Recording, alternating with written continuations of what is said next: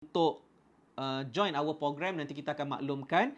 Alright, dan tempoh kontrak investment ni sebenarnya tak ada tempoh kontrak. Maksudnya kalau dalam masa setahun tu anda nak keluarkan modal anda, boleh, tetapi dia dikenakan withdrawal fee negatif 2.5% ataupun 2.5% lah daripada total modal anda.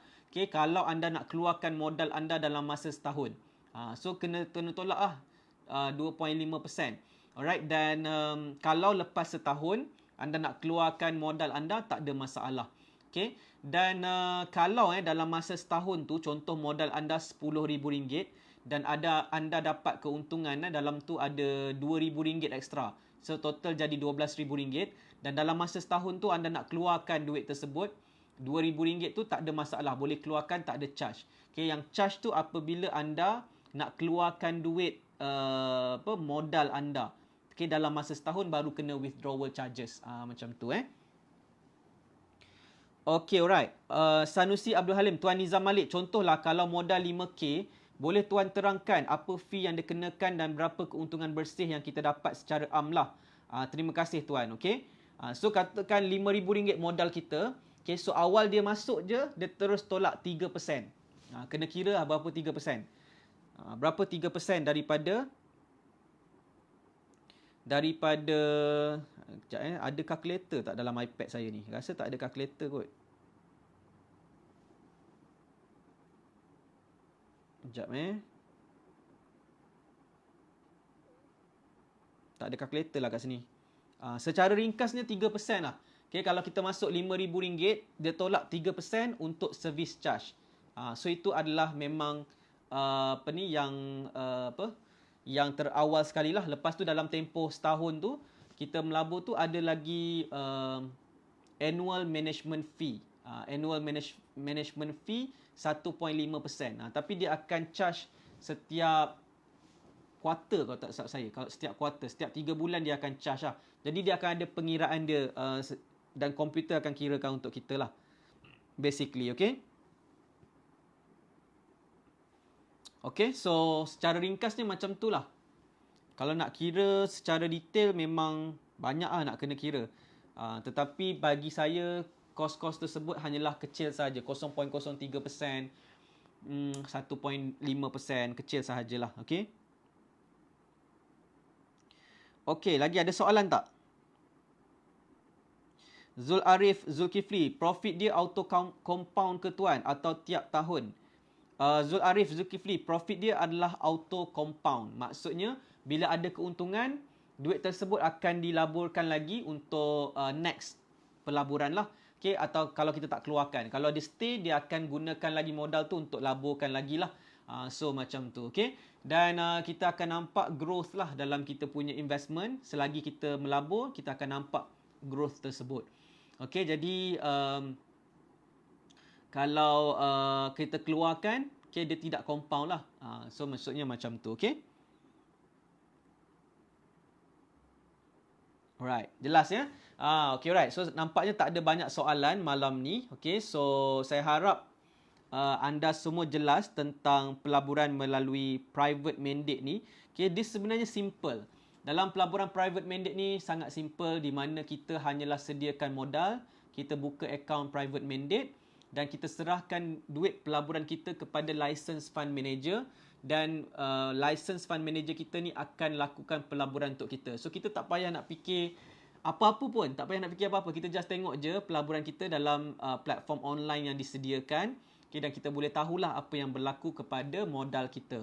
Okay, so basically kita just nak tahu bagaimana nak melabur, dan kalau kita ada modal lagi, kita nak top up. Okay, game plan kita adalah kita nak top up lagi, nak tambah lagi supaya modal kita jadi banyak dekat situ, dan modal tersebut dapat digunakan oleh license fund manager untuk buat lebih banyak keuntungan untuk kita. Okay, alright. So saya harap perkongsian saya ni adalah sebagai permulaan, okay, untuk kita semua mengenali dunia private mandate, okay, untuk kita start, okay, the journey kita dalam pelaburan melalui private mandate. Dan mindset yang kita perlu letak dalam pelaburan adalah long term. Okay, dia bukan stock trading. Okay, private mandate ni satu benda yang saya nak ingatkan kepada anda, dia bukanlah stock trading. Jadi kalau anda expect akan untung cepat, jawapannya tidak. Okay, sebab fund managers ni dia akan melabur selagi syarikat tu mempunyai potensi, okay, syarikat tu akan stay dalam pelaburan tersebut. Fund manager akan stay dalam kaunter tersebut. Okay, dan kalau jatuh pun, kaunter tersebut jatuh, okay, kalau tidak ada sebab-sebab yang dari segi fundamental kenapa sesuatu kaunter tu perlu dijual, fund manager tidak akan jual. Basically lah macam tu. Jadi kerja fund manager ni mereka akan buat based on pengetahuan mereka, pengalaman mereka dan juga dengan teknologi yang mereka ada untuk membuat kajian untuk kita. Jadi kerja kita hanyalah serahkan kepada mereka untuk laburkan untuk kita. Jadi kita beri masa kepada license fund manager ni untuk generate income kepada kita. Alright, dan kita boleh buat keuntungan lah sekiranya kita beri cukup masa, okay, dan melihat pelaburan kita grow. Okay, kalau sebelum saya akhiri sesi live pada malam ni, kalau kita compare pelaburan private mandate dengan pelaburan menggunakan robot, contohnya Wahid Investment. Okay, Wahid Invest ni, kalau anda tak tahu, Wahid Invest ni menggunakan sistem robot untuk melabur untuk kita. Okay, dan Wahid Invest ni, dia melaburkan untuk kita di pasaran saham global menggunakan pendekatan ETF. Okay, Exchange Traded Fund. Okay, maksudnya dia akan ikut fund-fund yang dia akan mengikut indeks, fund index di luar negara lah. Okay, jadi robot akan lakukan kerja untuk pelaburan untuk kita.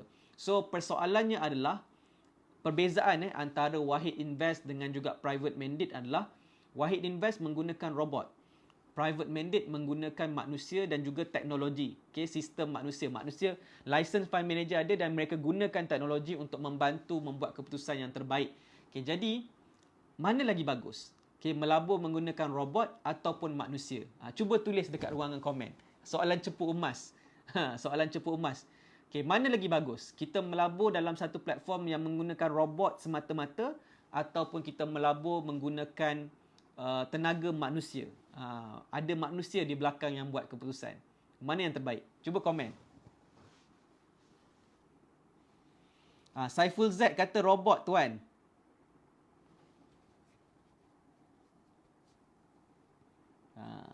Yang lain jawab apa? Siti Nur Haris, manusia. Dua orang je jawab. Yang lain mana? Mana pilihan anda? Nak suruh manusia ataupun robot tolong laburkan untuk kita? Okay, Noliana Ibrahim, manusia. Fariza Daiman, manusia. Ika Ahmad, manusia. Ahmad Zabaruddin, robot manusia yang programkan. Betul tu, okay. Alright, so basically robot ni macam betul Tuan Ahmad Zabaruddin kata, okay, robot ni adalah sistem yang di-set oleh manusia dan mereka akan ikut setting yang dibuat tersebut sahaja. Okay, dan dia tak boleh nak fikir. Robot tak boleh nak fikir. Robot hanyalah mengikut arahan setting sahaja. Tapi beza dengan manusia adalah, okay, manusia boleh buat keputusan mengikut situasi. Okay, ada situasinya berbeza. Okay, dan manusia boleh buat keputusan yang lebih baik berbanding robot. Tapi betul. Siapa cakap tadi? Gayatri Ma, robot tak ada emosi, tuan. Betul? Robot tak ada emosi. Itu kelebihan robot pula.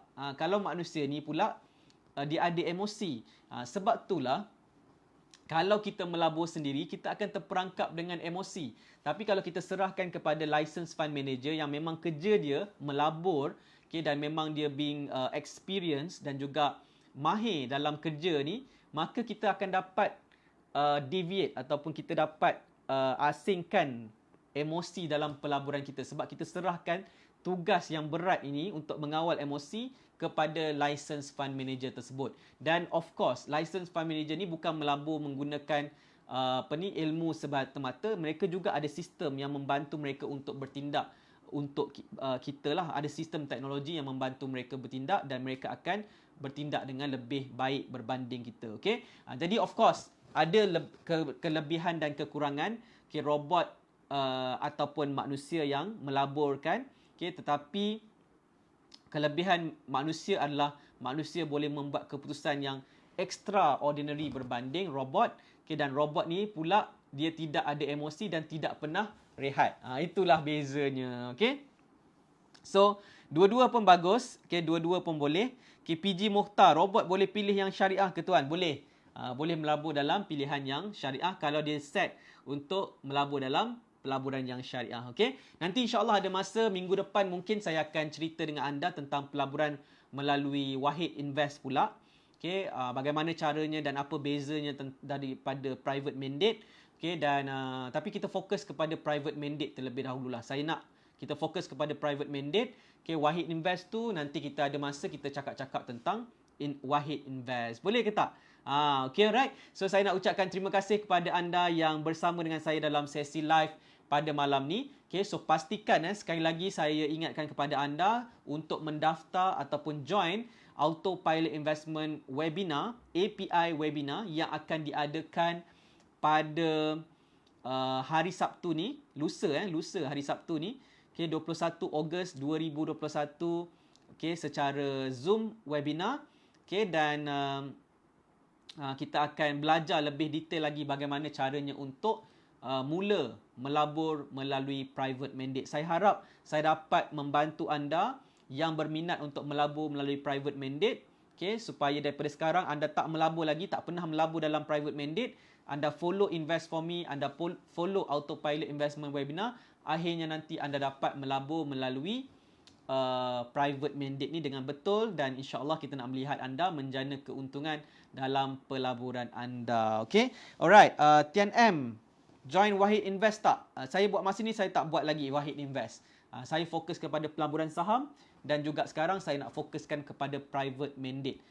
Okay, sebenarnya kita kena fokus, belajar untuk fokus, alright, dan kita nak buat yang terbaik dalam pelaburan yang kita pilih. Okay, alright. So setakat ini sahaja untuk sesi live pada malam ni. Terima kasih banyak kepada anda yang menonton. Semoga ada manfaat. Terima kasih kepada anda yang klik button share. InsyaAllah kalau tak ada aral, kita akan jumpa esok esok untuk sesi live pada pukul 9.30 malam bersama dengan saya di Facebook page Invest For Me. Sekian saja, kita jumpa lagi. Assalamualaikum warahmatullahi taala wabarakatuh dan salam hormat. Saya Nizam Malik dari Invest For Me. You are TNM, you are the next millionaire. Jumpa lagi dan bye-bye.